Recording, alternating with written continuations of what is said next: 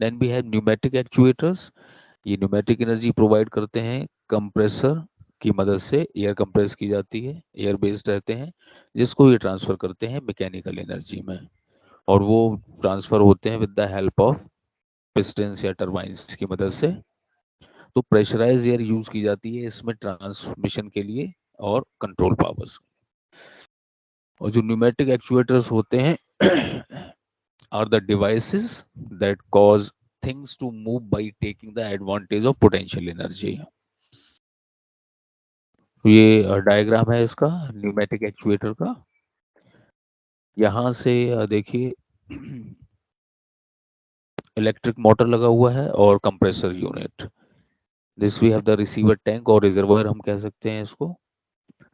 Water drain करने के लिए कि जब कंप्रेशन होता है, जैसे एक तो है डायरेक्टली या न्यूमेटिक में या तो हम एयर यूज करें, तो there are some moisture content, जब हम कंप्रेशन करते हैं इसका तो वाटर ड्रॉपलेट जो कलेक्ट होंगी वो यहाँ से ड्रेन हो जाएंगी। ये टैंक गेजेस लगे हुए हैं। गेज जनरली मेजर करने के लिए होते हैं कि इन यूनिट्स कितना प्रेशर चाहिए हमें। उसके बाद एयर कंडीशनिंग यूनिट्स होती हैं कि अब ये जो एयर कंप्रेस होके आई है इसको फिल्टर करना, फिल्टर करने के बाद रेगुलेट, मतलब जो फ्लोएबिलिटी है वो मेंटेन करना, एंड ये लुब्रिकेटर्स लगे होते हैं। इस पूरे को एयर कंडीशनिंग यूनिट बोलते हैं कि एक नॉमिनल टेम्परेचर और प्रेशर पर इसको आगे फॉरवर्ड करना। अब यहाँ से 4 way manually activated control valve हैं कि जिधर हमें ट्रांसमिट करनी है power, and these are adjustable flow control valves. सभी में एक एक लगा होता है जितनी भी जगह ट्रांसमिट करना हो, यहाँ से कंट्रोल करते हैं पावर को, और ये डिलीवर होता है न्यूमेटिक सिलेंडर में। And this is called the piston located inside cylinder, और ये एक्चुएटिंग रॉड है। इसमें मोशन मिलता है कि जब ये कंप्रेस एयर यहाँ जाके थ्रस्ट प्रोड्यूस होता है तो ये एक्चुएशन होता है कि अब ये फोर्स हमें मिल गया है इसमें सिलेंडर में, और ये मोशन डिजायर्ड मोशन होगा कि जिस डायरेक्शन में एयर तेजी से पहले जाएगी वो डिजायर्ड मोशन हमें मिलेंगे, मतलब उस फोर्स को यूटिलाइज करते हैं with the help of appropriate design. कुछ डिटेलिंग है इसकी कि the actuator in their conventional form are basically called pneumomechanical device, pneumatic से pneumomechanical device, and have been used to automate industrial task for iterative nature.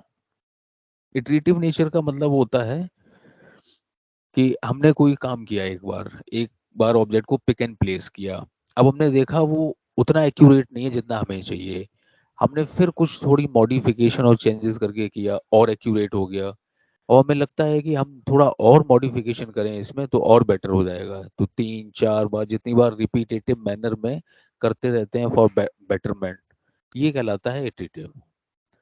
तो actuators के 3 component है mainly, cylinder, piston और valve. So the cylinder is a hollow chamber into which the external compressed air is allowed to enter, and so as to enable the piston to move. And the air enters through a hole usually called a port or a valve. क्योंकि इस valve से जब पास करेगी तो जो desired pressure है वो हम कंट्रोल कर पाएंगे, और सेम प्रोपोर्शन में उतना ही फोर्स मिलेगा जितना हमें चाहिए मोशन करवाने के लिए। So which is considered as an actuator and controls the rate of flow of air into the chamber. And the valve is a controlling element and it is an electromechanical device. And in operation, a piston is a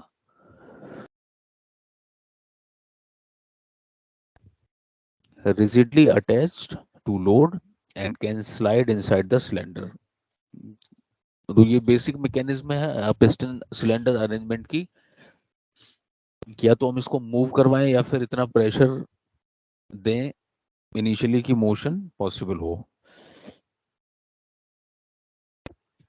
So in view of their motion, only two types of actuators such as linear and angular types are manufactured, क्योंकि दो ही तरीके के motion होते हैं किसी भी axis में, linear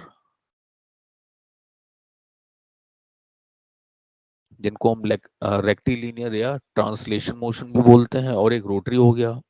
अलग अलग तीनों एक्सिस में 6 डिग्री ऑफ फ्रीडम मैक्सिमम होते हैं। So in some more generalized sense, pneumatic actuators are classified according to their mechanical design parameters, जैसे कि नंबर ऑफ पोर्ट्स हो गए या वेज हो गए जिसमें पिस्टन को मूव करवाना है। तो लीनियर एक्चुएटर्स जो हैं कन्वर्ट करते हैं पोटेंशियल एनर्जी को in the compressed air into the mechanical energy linear motion के लिए।